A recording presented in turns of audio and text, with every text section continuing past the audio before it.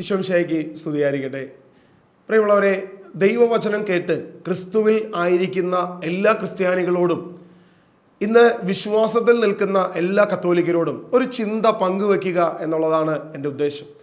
പ്രിയമുള്ളവർ, ഇന്ന് നമ്മുടെ ദേവാലയങ്ങളിൽ ദൈവത്തെ ആരാധിക്കുമ്പോൾ അല്ലെങ്കിൽ വിശുദ്ധ കുർബാനയുടെ മധ്യയോ ഏതെങ്കിലും ഒരു സമയത്ത് യേശു ക്രിസ്തു നമ്മുടെ മുൻപിൽ വന്നാൽ, എന്ന് യേശുവിനെ നമ്മൾ കണ്ടാൽ എങ്ങനെയായിരിക്കും യേശുവിൻ്റെ പ്രതികരണം?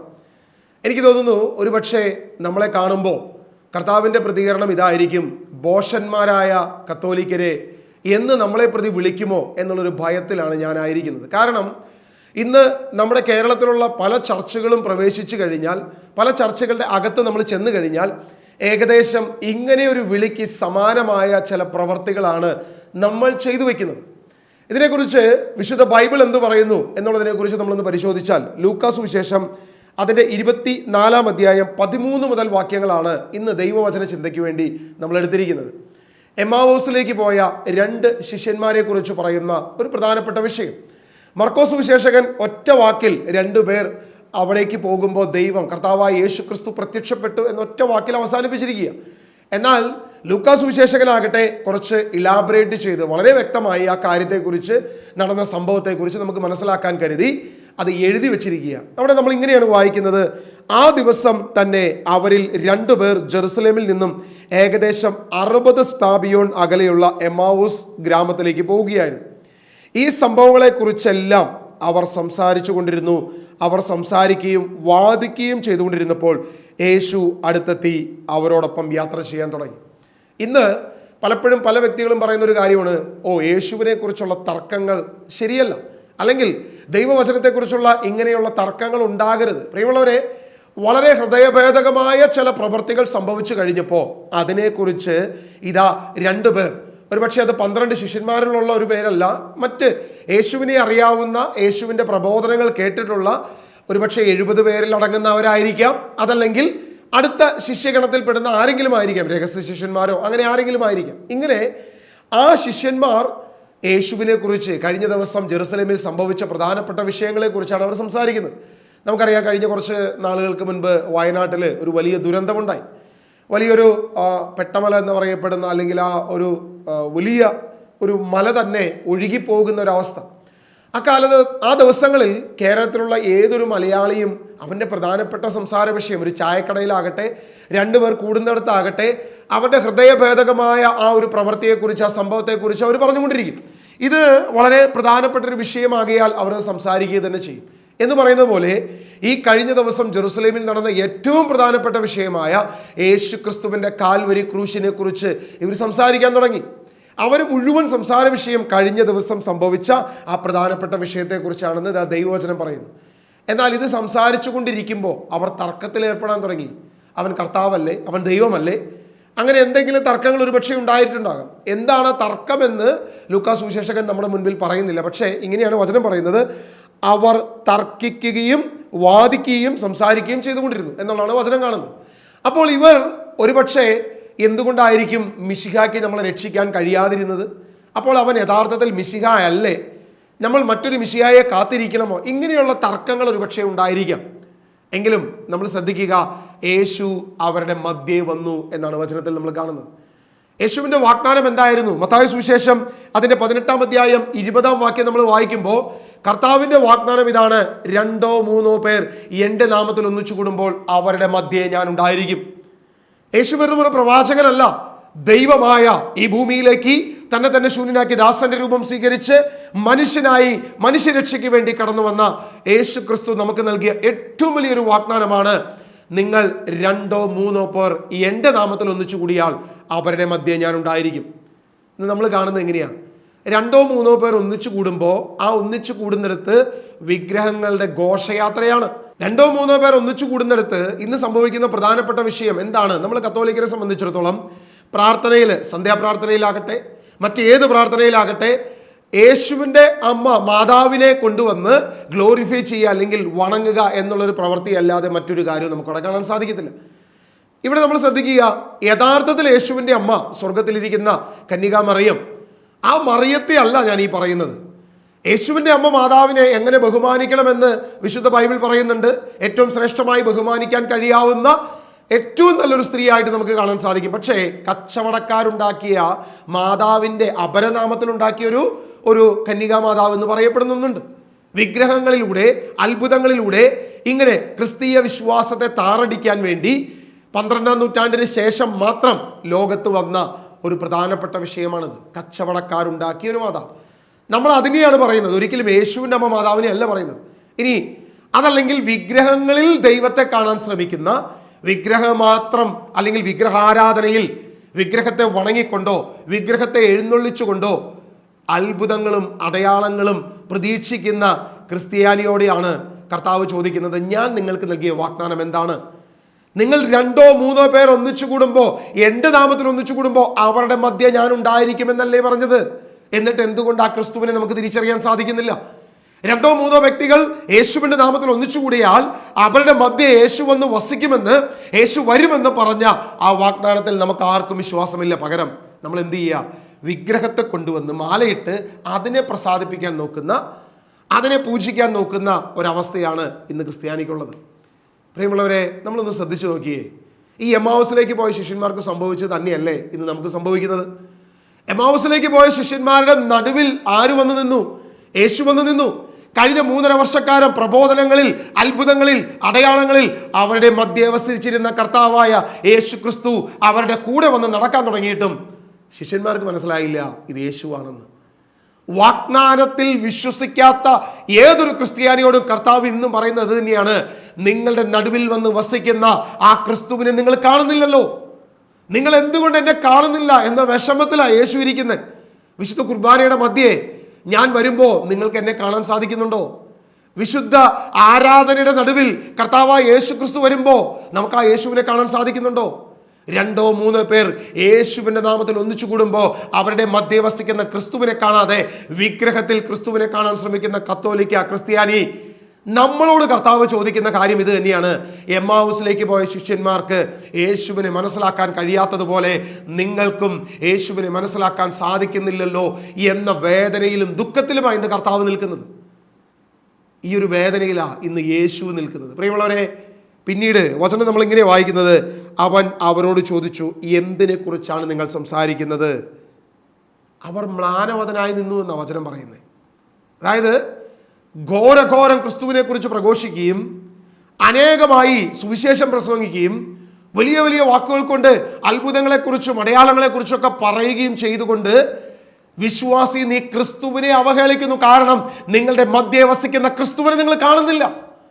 ഇവരുടെ സംസാര വിഷയം എന്താണ്? യേശുവിനെ കുറിച്ചാണ്, കഴിഞ്ഞ ദിവസം നടന്ന സംഭവങ്ങളെ കുറിച്ചാണ്, മിശിഹ പഠിപ്പിച്ചതിനെ കുറിച്ചാണ്. ഇതെല്ലാം ഇവർ പറയുന്നു. പക്ഷേ സത്യദൈവത്തെ തിരിച്ചറിയാതെയാണ് ഇവരെന്ത് ചെയ്യുന്നത്? ഇവർ വാദിക്കുകയും തർക്കിക്കുകയും ചെയ്യുന്നത്.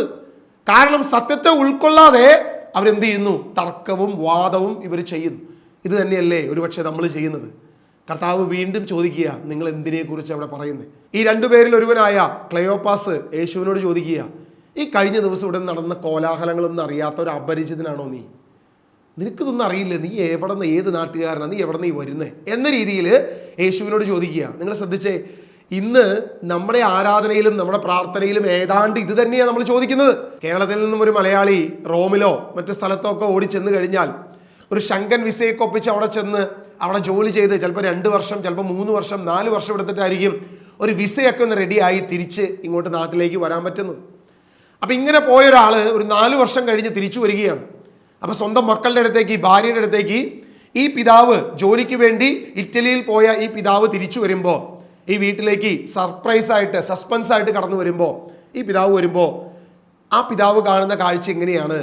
ഒരു താടിക്കാരൻ്റെ ഒരു മുടിയൊക്കെ ഉള്ള ഒരു ചിത്രം വെച്ചിട്ട് മാലയൊക്കെ ഇട്ട്, ഒരു പക്ഷേ പൂമാലയൊക്കെ ഇട്ട് 2 തിരിയൊക്കെ കത്തിച്ച് വെച്ച് അതിൻ്റെ മുമ്പിൽ നിന്നിങ്ങനെ വണങ്ങുന്ന അല്ലെങ്കിൽ സ്നേഹത്തോടെ നിൽക്കുന്ന ഒരു മക്കളെയും ഭാര്യയുമാണ് കാണുന്നതെങ്കിൽ ആ പിതാവിൻ്റെ മനോഭാവം എന്തായിരിക്കും? ആ പിതാവ് വന്നിട്ട് എന്തായിരിക്കും ഈ മക്കളോടും ഈ ഭാര്യയോടും ചോദിക്കുന്നത്? അതായത് ബാക്കിയുള്ളവൻ ചത്തിട്ടില്ല, ഇപ്പോഴും ജീവിച്ചിരിക്കുന്നുണ്ട്, കഴിഞ്ഞ 4 വർഷം നിങ്ങൾക്കൊക്കെ വേണ്ടി കഷ്ടപ്പെടാൻ പോയതല്ലേ ഞാൻ എന്ന് ചോദിക്കുന്ന ഒരു സാധാ മലയാളിയുടെ ചിന്ത നിങ്ങളൊന്ന് ഹൃദയത്തിൽ കൊണ്ടുവന്നേ. യേശുക്രിസ്തു നമ്മുടെ ഇടയിലേക്ക് കടന്നു വരുമ്പോൾ ഇത് തന്നെയല്ലേ ചോദിക്കുന്നത്?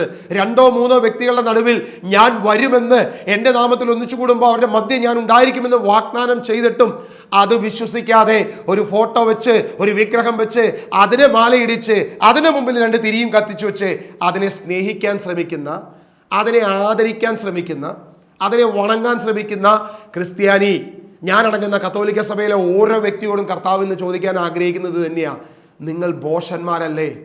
ഞാൻ ചത്തിട്ടല്ലവനല്ല, ഞാൻ മരിച്ച് മണ്ണടിഞ്ഞവനല്ല, ഞാൻ മരിച്ച് ഉയർത്തെഴുന്നേറ്റ് നിങ്ങളുടെ നടുവിൽ വന്ന് വസിക്കുന്ന, നിങ്ങളുടെ ഇടയിൽ ഉണ്ടാകുമെന്ന് വാഗ്ദാനം ചെയ്ത ക്രിസ്തുവല്ല ഞാൻ? ഇതാ കർത്താവ് നമ്മളോട് ചോദിക്കാൻ ആഗ്രഹിക്കുന്നത്. ഇത് തന്നെയായി എമ്മാവൂസിലുള്ള ശിഷ്യന്മാരോട് കർത്താവ് ചോദിക്കുന്നത്, നിങ്ങൾ എന്തിനെക്കുറിച്ചാണ് പറയുന്നത്? അപ്പോൾ അവർ ചോദിക്കുക, നിങ്ങൾ ഈ കാര്യമൊന്നും അറിയാത്ത അപരിചിതനാണോ നീ എന്ന് കത്തോലിക്കരോട് കർത്താവ് ചോദിക്കുന്നത്. നമ്മളോട് കർത്താവ് ചോദിക്കുന്നത് ഇത് തന്നെയാണ്. നമ്മളോട് ചില ചോദ്യം ചോദിക്കുമ്പോൾ നമ്മൾ കർത്താവിനോട് ചോദിക്കുന്നത്, ഞങ്ങളുടെ കത്തോലിക്കരുടെ കർത്താവിന് നിങ്ങൾക്ക് അറിയില്ലേ? ഈ താടി മുടിയുള്ള ഡാവിഞ്ചി വരച്ച കർത്താവിന് നിനക്ക് അറിയത്തില്ലേ? നീ എന്തുകൊണ്ട് അത് അറിയുന്നില്ല എന്ന് യേശുവിനോട് പ്രസംഗിക്കുന്ന, യേശുവിനോട് സുവിശേഷം പ്രസംഗിക്കുന്നവരാണ് നമ്മൾ. ശ്രേഷ്ഠന്മാരാണ് നമ്മളത്ര മോശക്കാരൊന്നുമല്ല. കാരണം മാർപ്പാപ്പയല്ല, യേശു ക്രിസ്തുവിനെ സുവിശേഷം പഠിപ്പിക്കാൻ കഴിവുള്ളവരാണ് നമ്മളിന്ന്. വിശുദ്ധ കുർബാനയെക്കുറിച്ചുള്ള ചില പഠനങ്ങളിൽ നമ്മൾ കർത്താവിനെ അങ്ങോട്ട് സുവിശേഷം പഠിപ്പിക്കുന്നുണ്ട്. അപ്പം എടുത്തു വെച്ചു, യേശു വീഞ്ഞെടുത്തു വെച്ചു, ഇതെൻ്റെ ശരീരമാകുന്നു, ഇതെൻ്റെ രക്തമാകുന്നു എന്ന് പറഞ്ഞു. പക്ഷെ നമ്മൾ ഇന്ന് എന്ത് ചെയ്യുക? അപ്പം മാത്രം നുറുക്കും, അപ്പം മാത്രം കൊടുക്കും, 2 എടുത്തു വെക്കും. പക്ഷേ ഇത് നിങ്ങളുടെ പാപമോചനത്തിനെന്ന് പറഞ്ഞ്, ഇത് നിങ്ങൾക്ക് നിത്യജീവൻ എന്ന് പറഞ്ഞ് ശരീരം മാത്രം ജനങ്ങൾക്ക് നൽകും. ഇതാണ് നമ്മൾ ചെയ്യുന്നത്. ചോദിക്കുമ്പോൾ പറയും, ശരീരം മുറിച്ചു കഴിഞ്ഞ രക്തമില്ലേ? അപ്പോൾ അത് രണ്ടുമുണ്ട്. കാരണം കർത്താവിനെ സയൻസ് പഠിപ്പിക്കാൻ ശ്രമിക്കുന്നവരാണ് ഇന്ന് നമ്മൾ കത്തോലിക്കര്. നമ്മൾ ശ്രേഷ്ഠന്മാരാ, നമ്മൾ മോശക്കാരല്ല, വളരെ ഉന്നത കുലജാതന്മാരാ ഇക്കാര്യത്തിൽ. എമ്മാവൂസിലേക്ക് പോയ ശിഷ്യന്മാരുടെ ചോദ്യത്തിന് മറുപടിയായി കർത്താവ് പറഞ്ഞു, ഏത് കാര്യങ്ങൾ? അപ്പോൾ അവർ പറയുന്ന കാര്യമാണ്. അവർ ചോദിച്ചു, ഏത് കാര്യങ്ങൾ? അവർ പറഞ്ഞു, നസ്രായനായ യേശുവിനെ കുറിച്ച് തന്നെ. അവൻ ദൈവത്തിൻ്റെയും മനുഷ്യരുടെയും മുൻപിൽ വാക്കിലും പ്രവൃത്തിയിലും ശക്തനായ പ്രവാചകനായിരുന്നു. ശ്രദ്ധിക്കുക, വളരെ പ്രധാനപ്പെട്ട ഒരു വിഷയമാണ് ഇവിടെ. എന്തുകൊണ്ട് എമ്മാവൂസിലേക്ക് പോയ ശിഷ്യന്മാർക്ക് യേശുവിനെ മനസ്സിലാക്കാൻ സാധിച്ചില്ല? അവരുടെ ഹൃദയത്തിലുണ്ടായിരുന്ന ചിന്തയാണ് അവർ യേശുവിന് മുൻപിൽ പറയുന്നത്. അവൻ ദൈവത്തിൻ്റെയും മനുഷ്യരുടെയും മുൻപിൽ വാക്കിലും പ്രവൃത്തിയിലും ശക്തനായ പ്രവാചകനായിരുന്നു. യേശു ദൈവമാണെന്ന് അവർ വിശ്വസിക്കുന്നില്ല. യേശുവിന്റെ വാഗ്ദാനത്തെ അവർ വിശ്വസിക്കുന്നില്ല. നിങ്ങൾ 2-3 പേർ എൻ്റെ നാമത്തിൽ ഒന്നിച്ചു കൂടിയാൽ അവരുടെ മധ്യേ വരുമെന്ന്, ദൈവമാണെന്ന് യേശുവിന്റെ പ്രബോധനത്തെ അവർ വിശ്വസിക്കുന്നില്ല. യേശുവിന്റെ ദൈവത്വത്തെ അവർ മാറ്റി നിർത്തുന്നു. വെറുമൊരു മനുഷ്യനായി, വെറുമൊരു പ്രവാചകനായി യേശുവിനെ അവർ കാണുകയാണ്. എന്ത് സംഭവിച്ചു? യേശുവിനെ അവർക്ക് തിരിച്ചറിയാൻ സാധിക്കുന്നില്ല. കഴിഞ്ഞ 3.5 വർഷക്കാലം കൂടെ ഉണ്ടായിരുന്ന ക്രിസ്തുവിനെ ഇതാ ഈ ശിഷ്യന്മാർക്ക് തിരിച്ചറിയാൻ സാധിക്കുന്നില്ല. എന്ത് അബദ്ധമാണെന്ന് ആലോചിച്ച് നോക്കുക. ഇന്ന് നമ്മുടെയും അവസ്ഥ തന്നെയാണ്. കർത്താവ് ഇന്ന് നമ്മുടെ മുമ്പിൽ വന്നാൽ നമുക്ക് കർത്താവിനെ തിരിച്ചറിയാൻ പറ്റത്തില്ല. കാരണം നമ്മൾ വിചാരിച്ചിരിക്കുന്ന ഈ താടിയൊക്കെയുള്ള, ഈ മുടിയൊക്കെ നീട്ടി വളർത്തിയ നമ്മൾ കണ്ട ക്രിസ്തുവിനെയാണ് നമ്മൾ പ്രതീക്ഷിച്ചിരിക്കുന്നത്. യഥാർത്ഥ ക്രിസ്തുവിനെ ഒരൊറ്റ ക്രിസ്ത്യാനിക്ക് തിരിച്ചറിയുമോ, ഒരു കത്തോലിക്കിന് തിരിച്ചറിയാൻ സാധിക്കുമോ എന്നുള്ള കാര്യത്തിൽ നമ്മൾ ആശങ്കപ്പെട്ടോ നിൽക്കുന്നത്. ഒരു പ്രവാചകനാണെന്ന് പറഞ്ഞ് ചുരുക്കുമ്പോൾ അതിനടുത്ത വാക്യം നമ്മൾ ശ്രദ്ധിച്ചേ, ഞങ്ങളുടെ പുരോഹിത പ്രമുഖന്മാരും നേതാക്കന്മാരും അവനെ മരണത്തിന് ഏൽപ്പിച്ചു കൊടുക്കുകയും ക്രൂശിക്കുകയും ചെയ്തു. ഇസ്രായേലിനെ മോചിപ്പിക്കാനുള്ളവൻ ഇവനാണെന്ന് ഞങ്ങൾ വിചാരിച്ചു. ഈ കാര്യങ്ങളെല്ലാം അറിഞ്ഞു. നിങ്ങൾ ശ്രദ്ധിക്കുക, യേശുവിൻ്റെ പ്രബോധനം മാത്രമല്ല ഇവർ കേട്ടിരിക്കുന്നത്. പ്രധാന പുരോഹിതന്മാർ യേശുവിനെ ക്രൂശിൽ തറച്ചു, ഇതും ഇവർക്കറിയാം.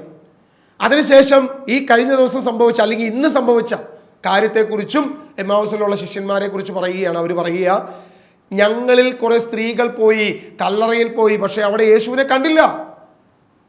ഇതാ അപ്പസ്തോലന്മാർക്ക് യേശു പ്രത്യക്ഷപ്പെട്ടു.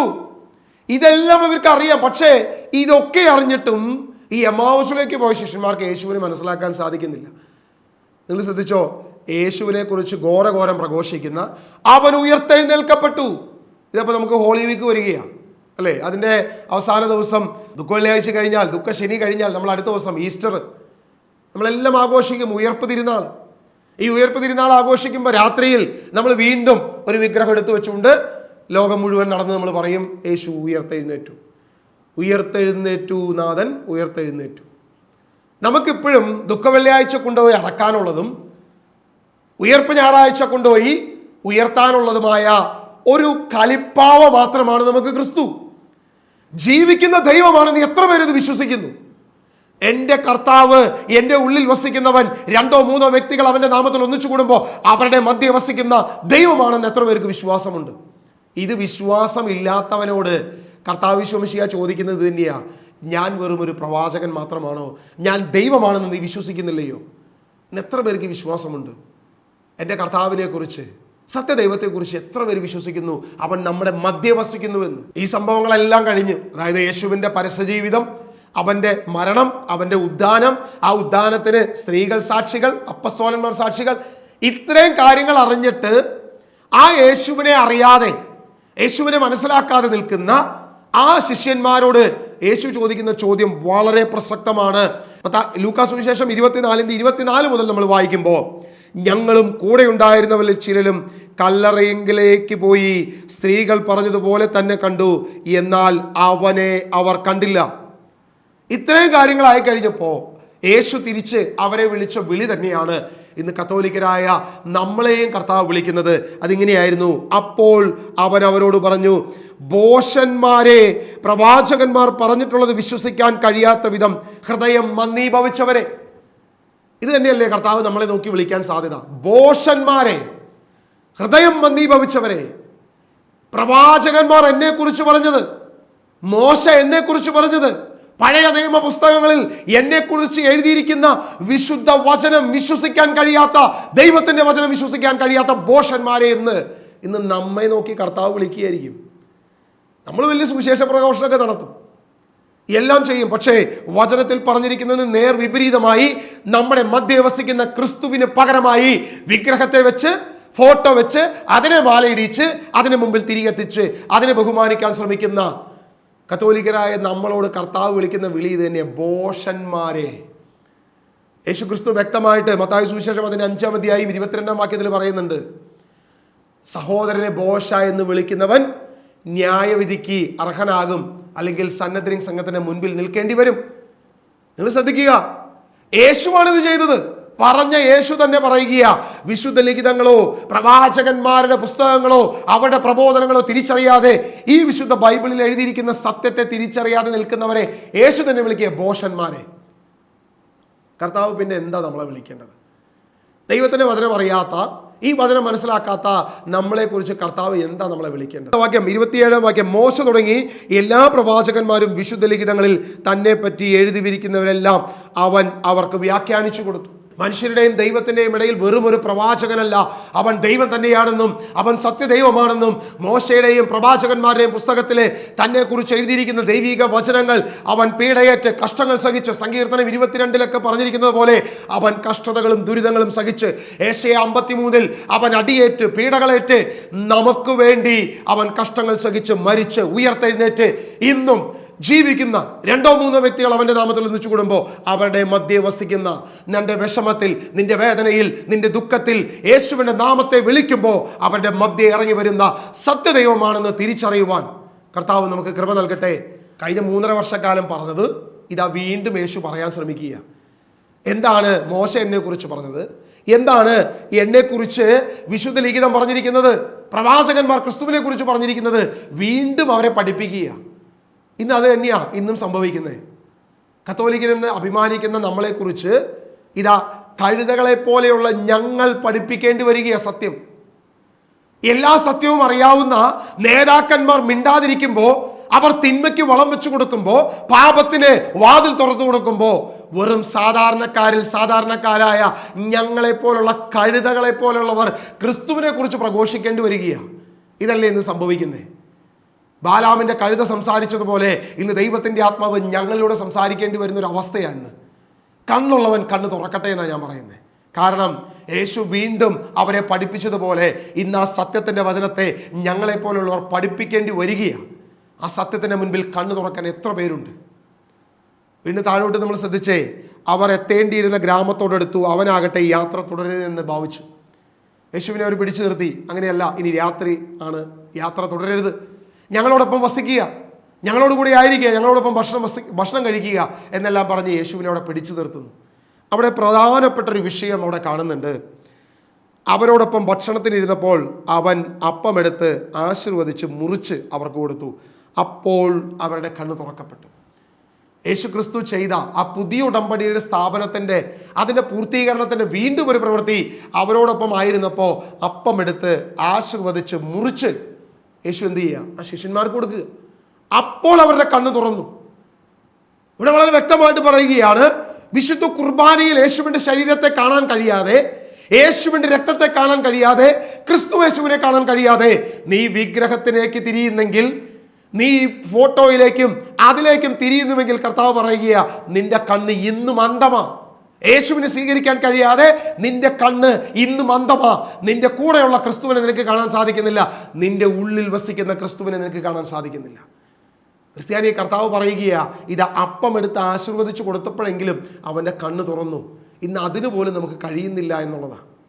നമ്മളെപ്പോഴും ചെയ്യുന്നൊരു പ്രവൃത്തി അറിയാലോ, വിശുദ്ധ കുർബാന സ്വീകരിച്ച് യേശുവിൻ്റെ ശരീര രക്തങ്ങളാണെന്ന് ഘോരഘോരം പ്രഘോഷിക്കുന്ന, എല്ലാവിധ തിയറികളും നമ്മൾ അതിനു വേണ്ടി പറയുന്ന, വിശുദ്ധ കുർബാനയിൽ അത്ഭുതങ്ങൾ സംഭവിക്കുന്നു എന്ന് പറഞ്ഞ് അതിനുവേണ്ടി വീഡിയോകൾ ഇറക്കുന്ന, വലിയ വലിയ പ്രസംഗങ്ങൾ നടത്തുന്ന ഇവർ തന്നെ, നിങ്ങൾ ശ്രദ്ധിച്ചോ, വിശുദ്ധ കുർബാന കഴിഞ്ഞ് ഈ വിശ്വാസി എന്താ ചെയ്യുന്നത്? ആ അൾത്താരയുടെ സൈഡിലുള്ള വിഗ്രഹത്തിൻ്റെ അടുത്ത് പോയി ഉമ്മ വെച്ച് കെട്ടിപ്പിടിച്ച്, വീണ്ടും ആ മാതാവിൻ്റെ കയ്യെ പിടിച്ചൊന്ന് എൻ്റെ കാര്യങ്ങളൊക്കെ ഒന്ന് നോക്കണോട്ടോ എന്ന് പറഞ്ഞ്, ഇപ്പോഴത്തുള്ള ഉണ്ണീശോയുടെ വിഗ്രഹത്തെ പോയിട്ടൊന്ന് കയ്യെ പിടിച്ച് ഒരു ഉമ്മ വെച്ച് നമ്മുടെ കാര്യം ഒന്ന് ശരിയാക്കി തരണോട്ടോ എന്ന് പറയുന്ന ക്രിസ്ത്യാനിയല്ലേ നമ്മൾ കാണുന്നത്? നിന്റെ ഉള്ളിൽ കഴിയുന്നത് ആരാ? യേശുവിൻ്റെ ശരീര രക്തങ്ങൾ വളരെ വിനയാന്യതനായി പോയി സ്വീകരിച്ച് ഉള്ളിൽ ക്രിസ്തു ആയിരുന്നിട്ടും ആ ക്രിസ്തുവിനെ കാണാൻ സാധിക്കാതെ ചുറ്റുമുള്ളവരിൽ, അല്ലെങ്കിൽ ഈ വിഗ്രഹങ്ങളിൽ പോയി കർത്താവിനെ കാണാൻ ശ്രമിക്കുന്ന, ഈ ചുറ്റുമുള്ള വിഗ്രഹങ്ങളിൽ പോയി വിശുദ്ധരെ വണങ്ങാൻ ശ്രമിക്കുന്ന കത്തോലിക്ക ക്രിസ്ത്യാനി, നമ്മളോട് കർത്താവ് ഇതല്ലാതെ എന്ത് വിളിക്കാനാ? ഭോഷന്മാരെ എന്നല്ലാതെ കർത്താവ് എന്ത് പേരിട്ട് നമ്മളെ വിളിക്കാനാ? ഇന്നുള്ള ഈ 2025 നമ്മളെപ്പോലുള്ള കത്തോലിക്കരെ നോക്കി കർത്താവ് വിളിക്കുന്ന വിളി അത് തന്നെയാണ്. അല്ലയോ ഭോഷന്മാരെ എന്ന വിളി തന്നെയാണ് നമ്മളെക്കുറിച്ച് വിളിക്കുന്നത്. അതുകൊണ്ട് ഇനിയെങ്കിലും നമ്മൾ തിരിച്ചറിയുക, നിന്റെ ഉള്ളിൽ വസിക്കുന്നത് ക്രിസ്തുവാണ്. വിശുദ്ധ കുർബാനയിലൂടെ നമ്മുടെ ഉള്ളിൽ വസിക്കുന്ന ആ യേശുവിനെ കാണാൻ ഇനിയെങ്കിലും നമ്മുടെ ഹൃദയം തുറക്കട്ടെ. പ്രവാചകന്മാരും മോശ തുടങ്ങി സകലരും ക്രിസ്തുവിനെ കുറിച്ച് എഴുതിയ ഈ വിശുദ്ധ ലിഖിതങ്ങൾ പഠിക്കാൻ ശ്രമിക്കുക. ആചാരാനുഷ്ഠാനങ്ങളിലല്ല, ഇന്ന് കാണുന്ന കൃപാസനത്തിൽ പോയി നിന്റെ ഉടമ്പടി ഉറപ്പിക്കുമ്പോഴല്ല നീ ക്രിസ്തുവിനെ കാണേണ്ടത്, വിഗ്രഹത്തിലല്ല നീ ക്രിസ്തുവിനെ കാണേണ്ടത്, നേർച്ച കാഴ്ചകളിലല്ല നീ ക്രിസ്തുവിനെ കാണേണ്ടത്, വിഗ്രഹത്തെ ഉണങ്ങിക്കൊണ്ടല്ല നീ ക്രിസ്തുവിനെ കാണേണ്ടത്. ദൈവവചനം, ജീവനുള്ള വചനം, സത്യവചനം, ഈ വചനത്തിൽ ക്രിസ്തുവിനെ കാണണം. ഈ വചനത്തിലെ ക്രിസ്തുവിനെ തിരിച്ചറിയാത്തവൻ വിശുദ്ധ കുർബാനയിൽ ക്രിസ്തുവിനെ അറിയത്തില്ല, ക്രിസ്തുവിനെ കാണാൻ പറ്റത്തില്ല അവന്. അവൻ പോയി പിന്നെയും വിഗ്രഹത്തിനെ അടിമ വയ്ക്കും. ആ വിഗ്രഹത്തിന് മുൻപിൽ കെട്ടിപ്പിടിച്ച് ഉമ്മ വെച്ച് അതിൻ്റെ അടിമയായി ജീവിക്കും. അവന് ക്രിസ്തുവിനെ അറിയത്തുപോലുമില്ല. അവനെ നോക്കിയ കർത്താവ് വിളിക്കുന്ന ഭോഷന്മാരെ. നിങ്ങൾ ശ്രദ്ധിക്കുക, ഈ ഒരു പാരഗ്രാഫ് അവസാനിപ്പിക്കുമ്പോൾ അതിന് 35 വാക്യം നമ്മളിങ്ങനെയാണ് കാണുന്നത്. വഴിയിൽ വെച്ച് സംഭവിച്ചതും അപ്പം മുറിക്കുമ്പോൾ തങ്ങൾ അവനെ തിരിച്ചറിഞ്ഞതും അവൻ വിവരിച്ചു. വളരെ കൃത്യമായിട്ട് പറയുക, ആ അപ്പം മുറിക്കുമ്പോൾ ആശീർവദിച്ച് തന്നപ്പോഴാണ് യേശുവിനെ തിരിച്ചറിയാൻ സാധിച്ചത്. വിശുദ്ധ കുർബാനയിൽ നമുക്ക് ക്രിസ്തുവിനെ കാണാൻ കഴിയട്ടെ. ആ അന്ത്യത്താഴ ബലിയിൽ കർത്താവ് നമ്മളോട് ചെയ്ത, ആ വലിയ ഉടമ്പടിയിൽ കർത്താവ് നമ്മളോട് ചെയ്ത ക്രിസ്തുവിനെ തിരിച്ചറിയാൻ സാധിക്കുന്ന, ക്രിസ്തു നമ്മുടെ ഉള്ളിലേക്ക് വരുത്തുന്ന ആ ദൈവിക പ്രവൃത്തിയിൽ കർത്താവിനെ തിരിച്ചറിയാൻ ക്രിസ്ത്യാനി നിനക്ക് സാധിക്കുന്നില്ലെങ്കിൽ മറ്റൊന്നിനും നിനക്ക് സാധിക്കത്തില്ല. കർത്താവ് നിന്നെ നോക്കി വിളിക്കും ഭോഷന്മാരായ ക്രിസ്ത്യാനികൾ എന്ന് നാമധേയത്തിൽ മാത്രം അറിയപ്പെടുന്ന, വെറും അന്ധരെ നയിക്കുന്ന ഭോഷന്മാരെ എന്ന് നമ്മളെ വിളിക്കാൻ ദൈവം ഇടവരുത്തും. അതുകൊണ്ട് വിശുദ്ധ ലിഖിതങ്ങൾ മനസ്സിലാക്കുവാൻ കർത്താവ് നമുക്ക് കൃപ നൽകട്ടെ. ആ ക്രിസ്തുവിനെ തിരിച്ചറിയുവാൻ ദൈവം നമുക്ക് കൃപ നൽകട്ടെ എന്ന് പ്രാർത്ഥിക്കുന്നു. ദൈവം എല്ലാവരെയും അനുഗ്രഹിക്കട്ടെ. ആമേൻ.